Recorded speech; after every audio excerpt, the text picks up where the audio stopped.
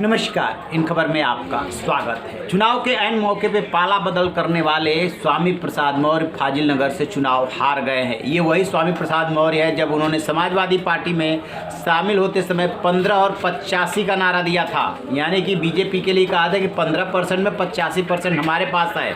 और जब पडरौना से आरपीएन सिंह कांग्रेस वाले बीजेपी में शामिल हुए थे, तब उन्होंने कहा था कि हमारा अदना सा कार्यकर्ता उनको हरा सकता है, मैं तो बहुत बड़ी चीज़ हूँ।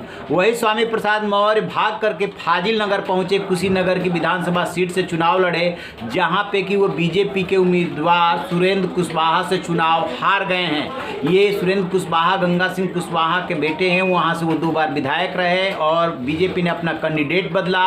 और खबर है कि लगभग 30,000 वोटों से स्वामी प्रसाद मौर्य ये चुनाव हार गए हैं। पूर्वांचल की 3-4 ऐसी सीटें थी जिसपे विपक्ष के बड़े उम्मीदवार हैं, जैसे जहूराबाद से ओपी राजभर, वो भी कभी पीछे कभी आगे चल रहे हैं। ऐसे ही मऊ सदर से अब्बास अंसारी और फाजिल नगर से स्वामी प्रसाद मौर्य। तो स्वामी प्रसाद मौर्य के बारे में खबर आ रही है कि सुरेंद्र सिंह कुशवाहा ने उनको हरा दिया है। सबसे बड़ा सवाल ये है कि सुरेंद्र कुशवाहा जो गए थे समाजवादी पार्टी में बेटे के टिकट के लिए, बेटे को भी समाजवादी पार्टी ने टिकट नहीं दिया।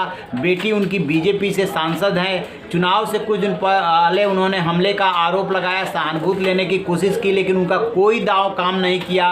बड़बोले स्वामी प्रसाद मौर्य चुनाव हार गए। आपको बता दें कि सपा में शामिल होते समय उन्होंने बसपा को लेकर भी कमेंट किया था, जिसके एवज में क्या किया कि बसपा ने यानी कि मायावती ने शोएब अंसारी जो समाजवादी पार्टी के जिलाध्यक्ष थे उनको मैदान में उतार दिया। उससे भी वो कमज़ोर हुए और इधर बीजेपी ने जैसे ही कैंडिडेट बदला उनकी हार सुनिश्चित हो गई। और अब खबर आ रही है कि लगभग 30,000 मतों से वो चुनाव हार गए हैं। तो एक तरह से आप कह सकते हैं कि उनका करियर का यानी कि राजनीतिक करियर का ये लास्ट चुनाव था। जितनी बुरी तरीके से वो हारे हैं, उम्मीद नहीं किए होंगे कि ऐसा उनके साथ हश्र होने वाला है। बीजेपी उनको मना रही थी, यही केशव प्रसाद मौर्य उनके जब उन्होंने इस्तीफा दिया था तो फ़ोन करके मना रहे थे कि आप ऐसा मत कीजिए, समाजवादी पार्टी में मत जाइए, लेकिन वो नहीं माने थे और 15-85 का नारा दिया था। वो शख्स जो है अपनी सीट तक नहीं बचा सका।